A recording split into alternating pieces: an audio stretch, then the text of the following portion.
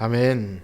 말씀을 시작하기에 앞서서 광고 겸해서 이런 말씀을 드리기 원합니다. 지난주에도 이렇게 말씀을 설교를 하고 있는데 거의 마무리할 시점에 우리는 한 몸이다 이런 말씀을 하고 있는데 교회 그 뒷문이 열리고 어떤 한 남자가 이렇게 서성거려요. 그래서 지난주에 새로 오신 분도 있고 해서 누굴 찾으러 오셨나 했는데 그 슈퍼집 아주머니 김종수 사님 잘 원래 교회 다니시던 분이라서 이렇게 뭐 우리 교회 오라고 관건할 수는 없지만 뭐 가까운 데를 찾으셨던 분이 있으셨어요. 그래서 뭐 그런 관련 있는 분인가 했는데 그 알고 보니까 신천지 한 대여섯 무리가 이렇게 예배 시간에 일부러 시간을 맞춰서 일부러 문 열고 한번 들어오더라고요. 제가 CCTV를 잘 분석해 본 결과 무슨 인증샷을 찍는 것 같아요. 이렇게 교회 마당을 밟고 예배당을 들어오는 걸 뒤에서 이렇게 사진 촬영을 하면서 좀 소름이 돋더라고요. 이렇게 신천지라고. 그래서 자기네들이 신천지라고 메모까지 남기고 책자와 이렇게 CD를 이렇게 놓고 간 거예요. 전화번호는 안 남겼더라고요. 전화번호 남겼으면 전화하려고 그랬는데. 자, 근데 그런 생각이 들었어요. 일부러 이쁘장한 이렇게 청년 남녀로 구성되어서 이렇게 온 것 같아요. 그래서 어떻게 응징을 해줄까 이렇게 생각을 했는데 가만히 생각해 보니 그들은 이 정상적인 교회에는 사실 올 수가 없어요.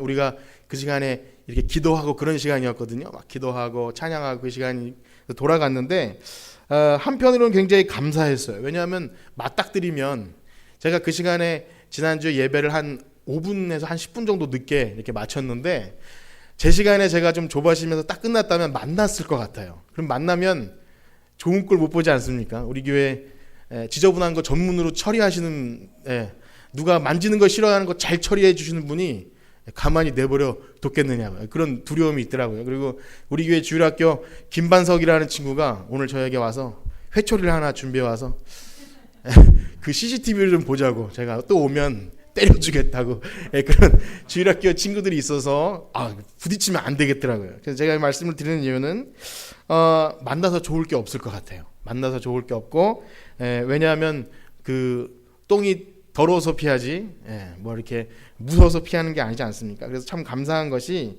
여차하면 괜히 시비가 걸리고 하면 그들이 나름대로 전적을 세우는 거예요. 우리가 이렇게 고난을 받으면서 이렇게 교회를 들어갔다. 그래서 예배 잘 드리고 마치면서 가면서 괜히 이렇게 목소리가 올라오거나 험난한 꼴 당하는 것보다는 이렇게 부딪히지 않는 게 좋다. 그래서 좀 흉물스러운 것 같아서 그 포스터를 안 붙이려고 그랬거든요. 지난번 노회 가니까 그걸 나눠주더라고요. 붙여놓으라고.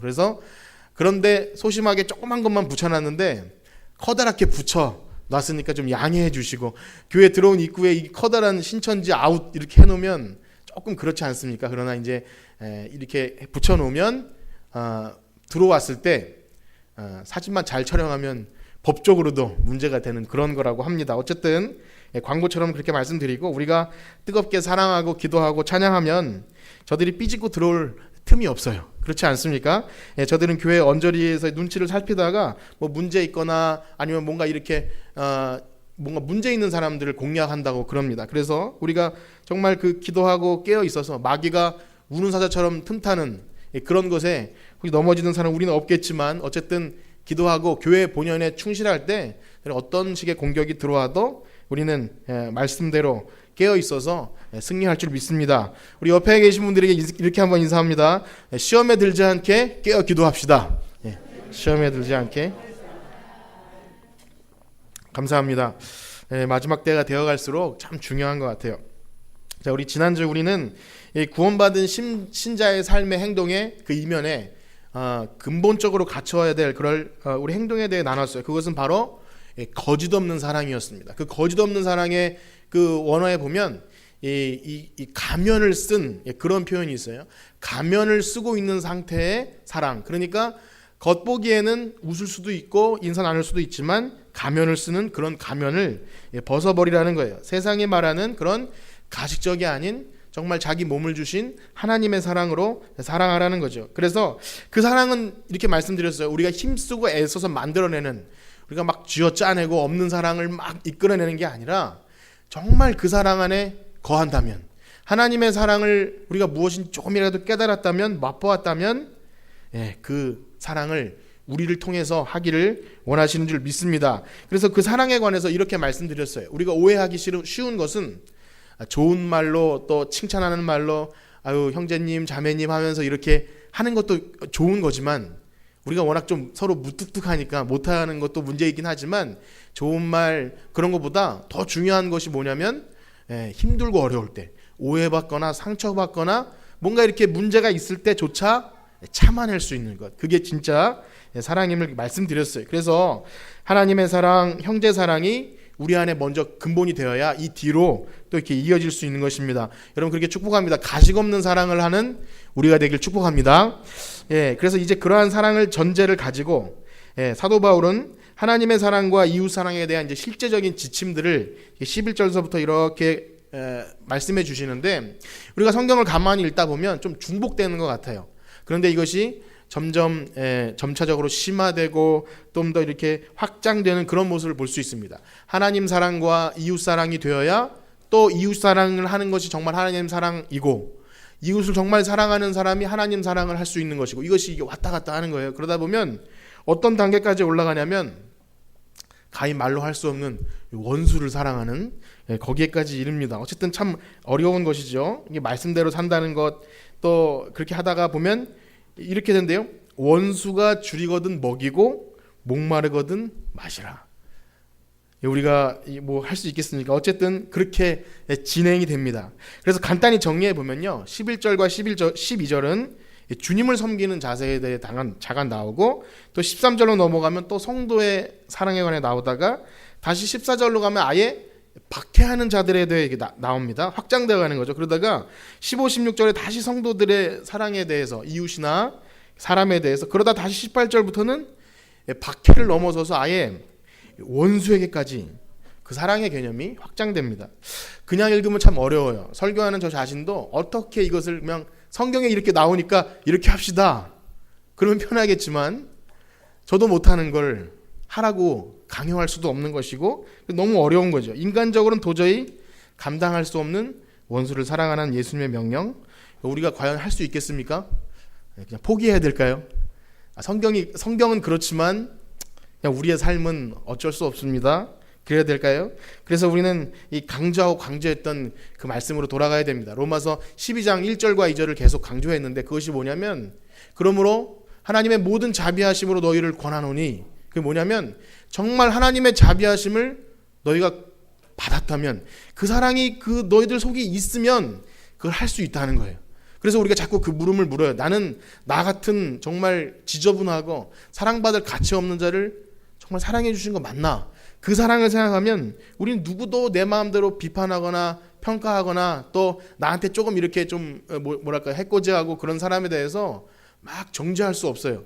물론 마음은 아프고 답답하겠지만 어떻게 해야 되는지를 오늘 이렇게 말씀해 주시는데 무엇보다 중요한 건 우리가 그 삶을 살아낼 때 우리가 막 어떤 레벨이 올라가고 거룩해지고 그것이 아니라 정말 하나님의 말씀이 그런가를 확인하는 줄 믿습니다. 그 분별한다는 단어가 그렇게 말씀드렸죠. 하나님의 기뻐하시고 선하시고 온전하신 뜻이 무엇인지 분별하라는 것이 우리 삶을 통해서 그것을 확인해내라는 거예요.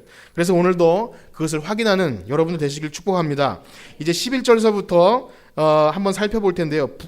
우리가 12장 11절을 한번 같이 읽어보겠습니다. 로마서 12장 11절입니다. 시작. 부지런하여 게으르지 말고 열심을 품고 주를 섬기라. 아멘. 성경은요 일관되게 우리에게 우리 신자 또 믿는 사람에게 부지런하고 열심을 품는 것에 대해서 말해주고 있어요. 또 8절 위에도 보면은 이 은사가 나올 때 다스리는 자는 부지런함으로 이런 부분이 나옵니다. 부지런해야 돼요. 많은 신앙의 선배님들이 우리 신자에게 있어서 가장 좀 무서운 적이 뭐냐면 이 게으름과 나태함이라 그래요. 다윗도 그렇고 많은 신앙의 선배들이 게을러지고 나태하게 될 때 죄가 이렇게 들어오는 것을 봅니다. 자, 근데 오해하기 쉬운 것은 여기 부지런하고 게으르지 말라는 것이 그저 세상에서 말하는 근면성실함은 아니라는 거예요. 그저 열심히 움직이고 막 그 쉬지도 않고 막 일중도처럼 막 잠도 좀 적게 자고 그런 열심을 말하는 거 아니에요. 물론 그런 것도 포함되겠지만 여기서 말하는 것은 그런 것이 아니에요. 그래서 사람은 저마다 자신의 삶의 패턴이 있고 어떤 삶의 영역이 있기에 모든 사람을 다 이렇게 일반화시킬 수가 없어요. 어떤 사람은 또 기질이 다릅니다.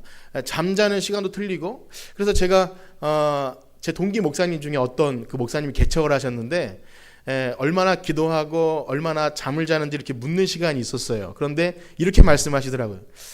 저는 우리 교회에서 제일 많이 기도하는 권사님보다 조금 더 기도하고 그 다음에 제일 조금 주무시는 보다 조금 덜 잔대요. 훌륭하시다고 그랬어요. 제가 한번 그래서 도전해 보려고 새벽 예배 때 가장 오래 기도하는 권사님보다 조금 더 있어 보려고 노력했는데 인간적인 애씀에 이더라고요. 그러다가 더 오래 있어 봤어요. 제가 졸다가 깜빡 잊고 졸다가 제일 오래 있어 보긴 했습니다. 그런데 어려워요. 자기 그 기도하는 시간. 또 그런데 반대로 어떤 목사님은요, 자기 체력이 안 돼서 새벽 예배를 또 못 하시는 목사님도 있다고 합니다. 그래서 우리는 겉모양을 보고 저 사람은 덜 영적이다, 저 사람은 기도를 더 못한다, 이렇게 판단하면은 좀 오해할 수가 있어요. 섣불리 판단하면 그 사람의 삶의 패턴이 있고 또 기질이 있는데 이렇게 보여지는 것으로 판단할 수 없다는 것이죠. 그래서 여기서 말하는 부지런하고 게으르지 말라는 그런 권면을 우리 어떻게 봐야 되냐면, 여기서 다음에 나오는 열심을 품는다, 그거에 대해서 우리가 잘 봐야 되는데, 여기서 우리가 여러 번 이 성경에서 열심에 대해 다뤘는데, 여기 보면 이 열심은 이 영적인 열심을 얘기합니다. 그래서 쉬운 성경만 봐도, 영어 성경에는 spiritual fervor라 그래가지고 영적인 열심이라 그러는데, 쉬운 성경이 더 쉽게 뭐라고 나오냐면 성령으로 달구어진 마음으로 주님을 섬기십시오. 오늘 아침에 아이들과 쉬운 성경을 보는데 그렇게 나와 있더라고요. 성령으로 달구어진 마음으로 주님을 섬기십시오. 우리 옆에 계신 분과 이렇게 한번 인사할까요? 성령으로 달구어진 마음으로 주님을 섬깁시다. 성령으로 달구어진 마음으로, 그게 영적인 열심이라는 거예요. 영적인 열심. 종합해보면 그래요. 구원받은 신자의 삶은요, 성령으로 변화를 받아서 하나님이 기뻐하시는 일에 열심을 낸다는 거죠. 성령으로 뜨겁게 펄펄 끓고 있어야 된다는 겁니다. 그래서 내 안에 성령님께서 충만히 계시면 그 일하심이 느껴지고 감동이 와서, 그러기에 우리에게 당연히 기도와 말씀으로 이끌어질 수밖에 없어요. 조금 있으면 기도 얘기가 또 다시 나올 텐데 나올 수밖에 없어요. 여러분, 성령님께서 마음에 이렇게 역사하시는 것이 좀 느껴지십니까? 느껴지시길 축복합니다. 그래서 게으르지 않아야 돼요. 그 느껴지면. 그래서 성령님은 우리를 움직이길 원하세요. 어떤 일에 감동을 주셔서 섬기길 원하시고, 내 몸이 가서 뭘 이렇게 누굴 도우라고 하시고 전도하라는 마음도 많이 주세요. 그런데 문제는 정말 게으르잖아요. 그걸 좀 무시하게 됩니다. 조금 이따 하지. 아니, 내가 지금 상황이 안 되지. 그러다 보면요, 자꾸 둔감해져요. 성령님께서 우리에게 어떤 감동을 주실 때 즉각적으로 하지 않으면요, 그게 내가 그거 그냥 착각한 거야, 이렇게 판단도 합니다. 그래서 여러분, 부지런하시길 축복합니다. 다른 부지런함이 아니라 성령님께서 우리 안에서 조금이라도 이렇게 감동을 주고 역사하실 때 묵혀두지 말고, 기도하라는 음성이구나, 또 저 사람을 도우러 하는 거구나, 그러면 이게 하셔야 돼요. 하시면은 이게 성령님의 인도하심인지 그 자리에서 깨닫는데, 그걸 무시해버리면 뭐 그럴 수도 있고 저럴 수도 있고 이렇게 된다는 거예요. 자, 그래서 우리의 자세를 한번 이렇게 가다듬읍시다. 하나님을 사랑하면 부지런해야 되고, 또 기뻐하시는 일에 열심을 내는 것인 줄 믿습니다. 자, 그렇게 나태하지 않고 깨어있는 사람들은 동시에 12절로 넘어가는데요, 12절을 한번 읽어보도록 하겠습니다. 로마서 12장 12절입니다. 시작. 소망 중에 즐거워하며 환난 중에 참으며 기도에 항상 힘쓰며. 아멘. 그냥 이렇게 나열하는 것 같은데 바울은 굉장히 치밀해요. 우리가 이 부분 읽으면 많이 본 부분이 떠오르지 않습니까? 이렇게 로마서 5장에 가면 비슷한 부분이 나오는데 한번 읽어보겠습니다. 로마서 5장 3절과 4절입니다. 자, 화면을 보시면서 한번 읽어보겠습니다. 시작. 다만 이뿐 아니라 우리가 환난 중에도 즐거워하나니 이는 환난은 인내를, 인내는 연단은 소망을 이루는 줄 알미로다. 아멘. 이미 말씀드린 바와 같이 그때도 그랬지만, 하나님의 영광을 바라고 즐거워하고 너무 영광스럽고 좋은데 바로 연결되는 게 바로 다만 이뿐 아니라 환난 중에도, 여기서도 소망 중에 즐거워하며, 뭔가 이렇게 말이 안 맞는 것 같은데 계속 고난 얘기가 나와요. 아니, 그러니까 우리 신자에게 있어서 고난은요, 필수 코스라는 거예요. 구원받은 신자에게 있어서 고난은 그냥 선택사항이 아니라 요리조리 잘 피해가면 피해질 문제가 아니라 그냥 여러분 친구라고 생각하십시오. 친구. 그래서 하나님 나라의 백성이 되고 거룩한 신자로 살아가는 신자에게 이 고난은 계속 따라다니는데, 특별히 오늘 로마서 12장을 볼 때 지난주부터 교회가 한 몸이고 우리가 성도에 대한 사랑을 얘기하고 있잖아요. 그때 이 고난은 특별히 우리 한 몸 된 교회가 서로에게 좋은 일만 있으면 좋겠지만 정말 그 진짜 사랑만 있고 가식적인 사랑을 벗고 항상 웃는 일만 있으면 좋겠지만 여러분 비난과 오해를 받을 수도 있어요. 그래서 어떤 사람들은 그 고난과 시험을 싫어해서 그 자리를 그냥 떠나길 바라는 사람도 있습니다. 실제로 그런 고백을 많이 했고, 그래서 여기에서는 너무 내 상처가 드러나고 그래서 다른 데로 가고 싶다는 그런 마음을 말씀하시는 분도 있어요. 그런데 그 자리로 간다고 해서 그것이 없어지는 것도 아니고 그것이 해결되는 것도 아니에요.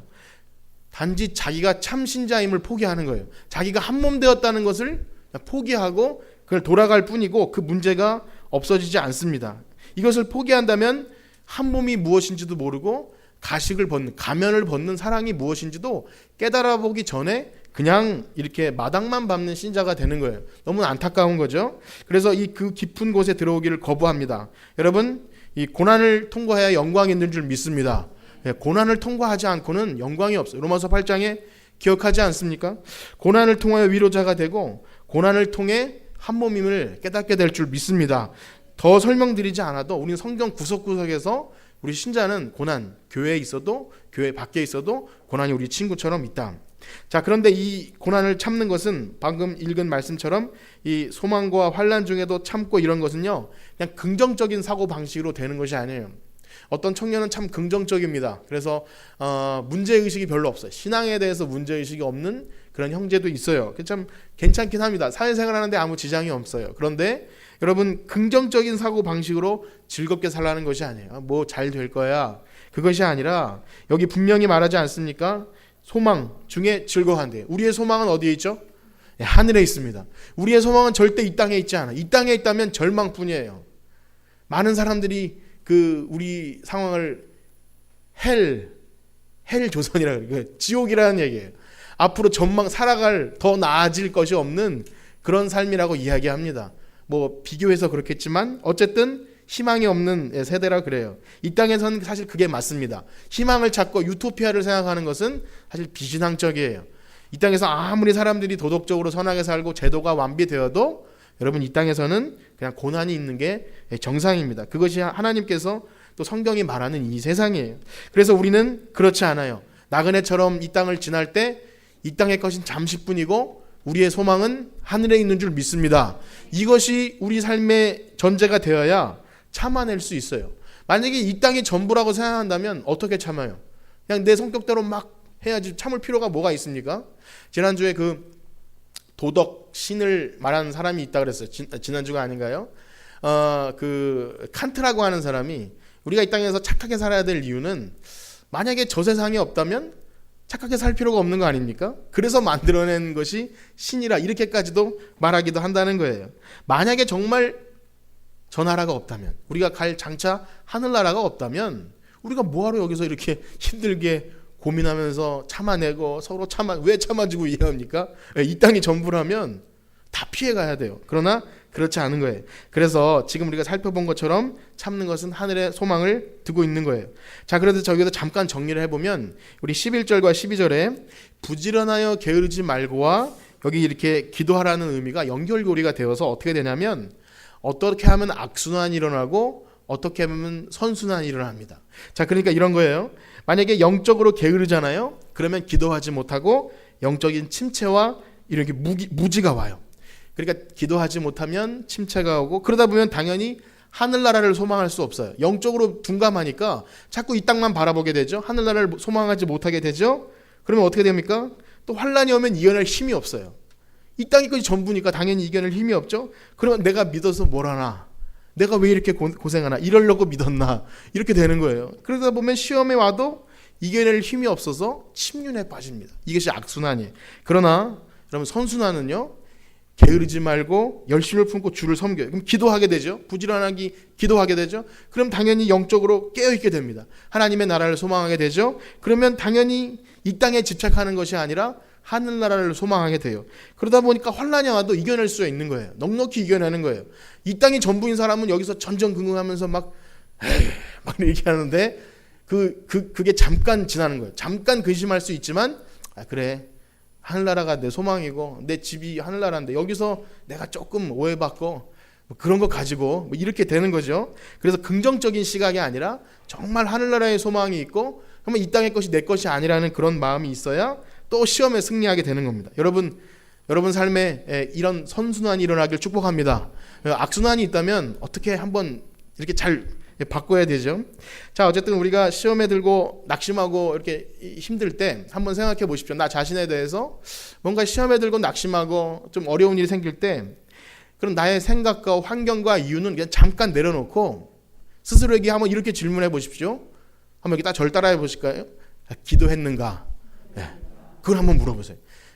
기도하지 않고, 예수님도 시험에 들지 않게 깨어 기도하라 그랬는데 예수님도 그렇게 하셨는데, 그래서 예수님도 기도하시고 그랬는데 우리가 뭐라고 기도도 하지 않고 나에게 시험이 왔다고 내가 그렇게 말할 수 있습니까? 당연히 시험이 오는 거예요. 당연히 시험이 올 수밖에 없고 어려운 가운데 처할 수밖에 없어요. 그것이 뭐 우리가 완전히 끝난 거 버린 건 아닙니다. 어떤 그 목사님은요, 우리의 신자의 삶 자체가 다 시험이라고 그렇게 얘기를 합니다. 시험. 자, 어찌되었든 그런 거예요. 스스로에게 그렇게 질문해 보십시오. 이것이 문제고 저것이 문제고 내가 이것 때문에 지금 상황이 그렇고, 그것이 아니라 잠깐 내려놓고 내가 기도는 했는가. 그래서 우리가 많이 잘 부르는 찬양 중에 오늘 집을 나서기 전 기도했나요? 그거 있지 않습니까? 정말 기도하지 않으면 죄가 문 앞에 엎드리는 거예요. 그냥 내가 실수할 수밖에 없는 거예요.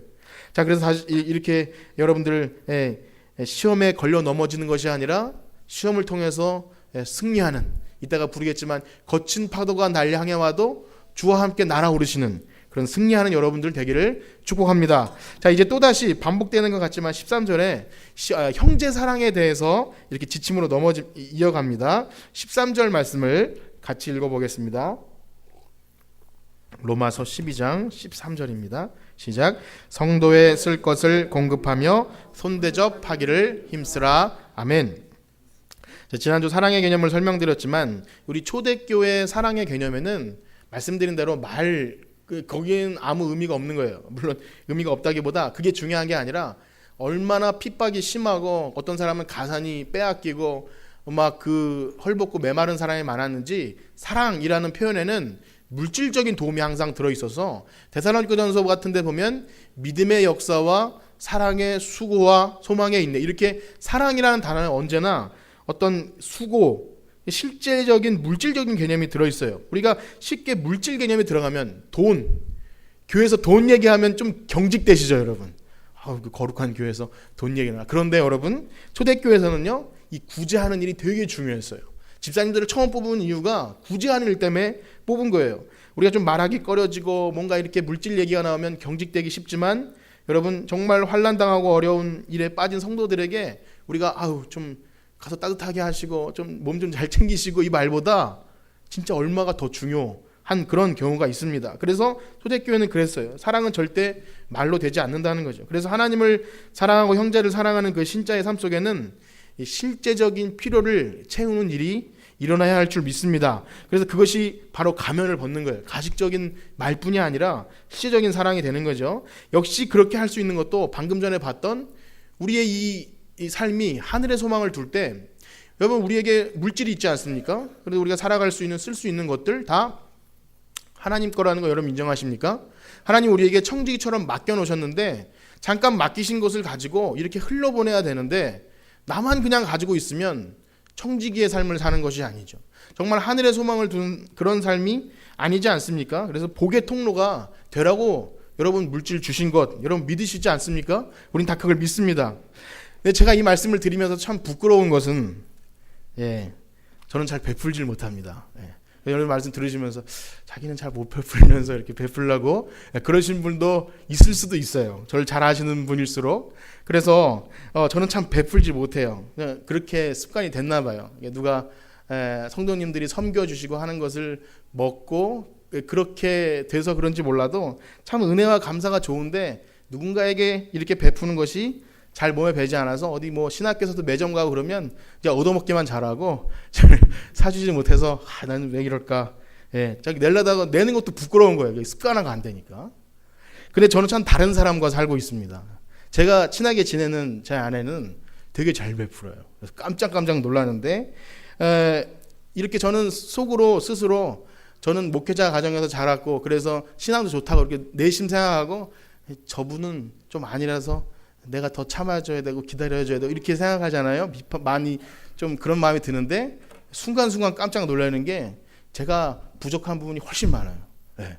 그래서 처음에 결혼했을 때 막 난 전도사님하고 결혼하면 되게 영적일 줄 알았는데 새벽 예배도 안 가려고 그러고 하면서 막 뭐라 그러다. 제가 여기 옆에 살 때 가끔 새벽 예배 안 갈 때 저를 막 깨우면서 전도사가 새벽 예배도 안 가냐고 막 그런 적이 있었어요. 어쨌든 예, 같이 살면 살수록 부끄러워요. 그래서 되게 잘 베푸는 거예요.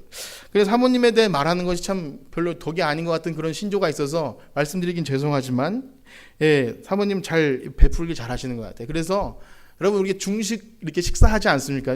좀 맛있다는 얘기를 들어서 저는 뭐 스스로 부끄러워서 그런 얘기를 못 하는데 그런데 제가 이렇게 보면 중식비를 청구하고 보면 그 돈으로는 그렇게 안 되는 건 여러분 아시죠?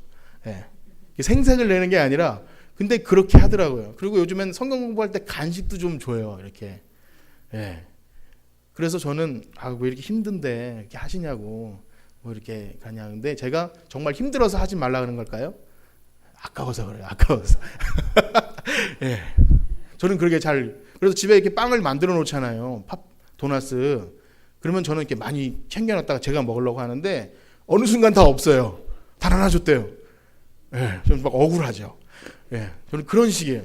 내 거를 막 챙기고 그래서 제가 이 설교를 하면서도 베푸십시오라고 말하는 것이 부끄러워서 그런 말씀을 드리지만 여러분 베풀고 이렇게 하는 것은 목사님 제가 흉내낼 낼 수 없는 여러분 많은 은사를 가지심을 저는 축복합니다. 그래서 교회 안에 보면 정말 흉내낼 수 없게 어르신들을 섬기고 꼭 다른 사람의 일을 내 일처럼 그렇게 해주시는 분들이 몇 분 계세요. 그러면 깜짝깜짝 놀랍니다.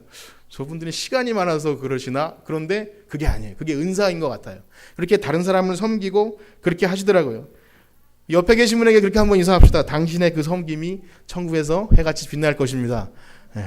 당신의 그 섬김이 제가 축복만 좀 많이 해드리겠습니다. 그래서 어떤 목사님이 그런 말씀을 하시더라고요. 어려운 처지에 있는 사람을 보고 신자들이 이게 혀를 차면서 안쓰러워하고 국률한 마음이 생겨서 이런 표현을 씁니다. 마음이 찢어진다. 마음이 찢어진다. 그런데 그 목사님이 저도 개인적으로 모르는 분이에요. 그런데 이렇게 인터넷을 통해서 마음이 찢어지면 지갑이 찢어져야 합니다. 그러더라고요. 어려운 어떤 대상들. 그래서 저같이 인색한 사람도 그 얘기를 듣고 뜨끔해서 이렇게 얼마 후원한 적이 있어요. 후에 내가 낚였다 이런 생각이 들었는데 그것이 아니라 그만큼 말로만 하지 실제적인 어떤 물질적인 도움을 주는 것에 되게 인색하구나. 그래서 한 몇 년 전부터 계속 제 삶을 바꾸려고 노력하고 있습니다. 혹시 뭐 드시고 싶으신 게 있으면 저에게 말씀해 주면 제가 꼭 사드리도록 지갑을 열 준비를 그렇게 하고 있습니다. 근데 어디 가서 사 먹는 게 익숙하지 않아서 그렇긴 한데 정말 뭐 냉수 한 그릇이라도 상을 잃지 않는다 그러는데 말로만 그렇게 하지 주는 걸 못 해요. 죄송합니다, 여러분. 그래서 이런 말씀을 드리면서 여러분 이 땅에 신자가 살 때 이 땅에 소망을 두지 않고 남할 일을 쌓아두지 않고 우리 가족과 또 내 걸 쌓으려고 전전긍긍하는 것이 아니라 정말 대접하고 이런 것이 우리 신자가 할 수 있는 아무나 흉내낼 수 없는 그저 세상에서 뭐 후원을 하고 좋은 일을 하는 그 차원이 아니라 우리 것이 없어도 우리가 당장 쓸 것이 없어도 이렇게 과부가 선지자를 대접했듯이 그렇게 하는 삶 그것이 우리의 실제적인 신자의 삶인 줄 믿습니다. 이제 여러분 마지막 단계로 갈 텐데요. 이 말씀을 한번 좀 길지만 일단 말씀을 쭉 읽어보길 원하는데요. 14절에서 21절까지 우리가 이렇게 자세히 한번 읽어보겠습니다. 잘 아는 말씀이지만 처음 읽는 것처럼 한번 봉독해 보겠는데요. 다 같이 시작. 너희를 박해하는 자를 축복하라. 축복하고 저주하지 말라. 즐거워하는 자들과 함께 즐거워하고 우는 자들과 함께 울라. 서로 마음을 같이하여 높은 데 마음을 두지 말고 도리어 낮은 데 처하며 스스로 지혜 있는 채 하지 말라. 아무에게도 악을 악으로 갚지 말고 모든 사람 앞에서 선한 일을 도모하라. 할 수 있거든 너희로서는 모든 사람과 더불어 화목하라. 내 사랑하는 자들아, 너희가 친히 원수를 갚지 말고 하나님의 진노하심에 맡기라. 기록되었을 때 원수 갚는 것이 내게 있으니 내가 갚으리라고 주께서 말씀하시니라. 내 원수가 줄이거든 먹이고 목마르거든 마시게 하라. 그리함으로 내가 숯불을 악에게 지지 말고 선으로 악을 이기라. 아멘. 서두에 말씀드린 바와 같이 성경에 이렇게 나옵니다. 예수님 원수를 사랑하라고 하십니다. 그러니 여러분 하실 분 있으시면 하십시오. 만약에 설교가 이렇게 진행된다면 그게 무슨 능력이 있겠습니까? 무슨 어떻게 선포가 되겠습니까? 고민이 많이 되었습니다. 그래서 어떤 훌륭한 목사님이 어떤 이 영화를 가지고 예화를 든 것을 좀 감동이 돼서 여러분에게 말씀드리고 마치려고 하는데, 여러분 배너라는 영화 아시나요? 배너 되게 고전이고 걸작인데 저도 어릴 때 봐서 그냥 마차를 가지고 막 원형 경기장에서 뭐 전쟁하는 영화인가 그렇게 생각이 되었어요. 그런데 이 배너라는 영화 이 부제에 보면 그것이 예수님 이야기 그렇게 되어 있더라고요. 예수님 이야기. 전 처음 알았어요. 그런데 그 배너라는 그 영화에 보면 주인공 배너가 있고 자신의 친구 메살라라고 하는 그 원수가 그 친구를 모함하고 배신해서 노예로 전락시켜요. 그래서 왜 여러분 영화에 보면 배 밑창에서 쇠사슬을 걸고 막 노를 젓는 그런 장면이 나옵니다. 그게 배너인데, 그래서 얼마나 복수의 칼을 갈면서 내가 어떻게든 여기서 나가면은 죽여버리겠다. 이 삶을 산 거예요. 복수를 꿈꾸면서 나중엔 그 원형 경기장에서 마차 싸움으로 만나게 되는데, 어찌 보면 뭐 열등감과 피의식 속에서 그냥 자기에게 주어진 어떤 자신을 보지 못하고 그저 인생 자체가 복수의 화신처럼 살 수밖에 없는 그런 안타까운 상황을 보게 됩니다. 영화의 스토리보다는 드리고자 하는 말씀은 그래요. 만약 주인공 배너가 이 원수 메사라를 그냥 죽여버리고 통쾌하게 없애버리는 것이 그냥 승리라고 생각된다면 이 배너라는 영화는 존재하지 않았다는 거예요. 그러니까 그렇게 걸작이 될 수 없다는 거죠. 배너가 예수님의 사랑과 은혜를 깨닫는 마지막 장면에 이르기까지는 그 모함하고 배신했던 그 원수지만 메살라가 끝까지 살아 있어야 된다는 거예요. 그래서 그냥 이 영화처럼 하나님께서는요, 작가와 감독이 되셔서 우리를 이 땅에 살게 하시면서 그냥 평범한 삶을 살길 원하시는 것이 아니라 그저 이렇게 좀 고난을 피해가는, 그래서 안락하고 아니면 남들처럼 그냥 우월감과 비교함 속에서 살아가는 것이 아니라 하나님의 사랑을 원수를 사랑하는 데까지 우리의 삶을 살기 원하시는 줄 믿습니다. 그 삶을 산 게 예수님이시죠. 그냥 때리고 맞고 죽이면 그냥 죽어요. 그때 우리가 부활을 얘기하는데 부활의 영광은 그것을 지나야 돼요. 그래서 우리가 그렇게 삶을 이해한다면 한번 잘 생각해 보세요. 연기를 합니다. 여기 배너가 있고 메살라가 있어. 연기를 막 하다가 이 원수 메살라가 연기하다가 좀 허기가 진 거예요. 배가 고파요. 그럼 어떻게 합니까? 물도 좀 주면서 빵도 주면서 야, 너 잘해야지. 너 잘해야지 이 영화가 잘 돼. 그러면서 원수에게 여기 보면은 줄일 때 물을 주고 또 배고플 때 떡을 주라는 그것을 그렇게 표현하시더라고요. 여러분 상상이 되십니까? 우리의 삶이 하나님께서 감독되시고 이렇게 거기에서 연출을 하는 우리의 삶이 잠깐 지내는 인생인데 하나님이 우리를 바라보시면서 그런 원수들도 붙여주시고 가시 같은 사람들도 있는데 그 사람 우리가 쳐 없애는 것이 승리가 아니라 그냥 거기서 그 역할들 속에서 살아내게 하시는 것, 여러분 우리에게 바라시는 삶인 줄 믿습니다. 그래서 그냥 그 자리에서 그렇게 우리의 삶을 감수해내는 거예요. 모함과 비난이 있다 할지라도 비교하지 말고 구체적인 여러분 자신을 살아내는 여러분들 되시길 축복합니다. 그러다 보면 원수 갚는 것조차 하나님께 있대요. 우리가 하나님을 주권을 믿는다고 말하지만 원수 갚는 것조차 하나님께 있다 그랬는데 내가 해버리려고 하는 그 교만함들 때문에 하나님의 일하심을 보지 못하게 돼요. 그러면 안 되는 거죠. 그래서 19절에 보면 우리를 너무나 사랑하는 이렇게 표현하면서 우리 사랑하는 성도들에게 하나님이 그렇게 요구하시는 줄 믿습니다. 여러분 우리가 그 삶을 살아갈 때 우리가 이 오늘 부활절이지 않습니까? 예수님의 부활이 우리의 부활이 될 줄 믿습니다. 현재의 고난은 여러분 장차 올 영광과 좋기 비교할 수 없습니다. 힘들고 어렵지만 이 삶을 살아내시는 여러분 되시길 축복합니다. 우리 찬양 드리시고 마칠 텐데, 거친 파도 날 향해 와도 주와 함께 날아오르리. 폭풍 가운데 나의 영혼 잠잠하게 주 보리라. 우리 찬양하시고, 우리가 가히 살아낼 수 없는 삶이지만 우리 주님의 고난, 죽으심과 부활을 기억하면서 우리도 그 삶을 조금이라도 따라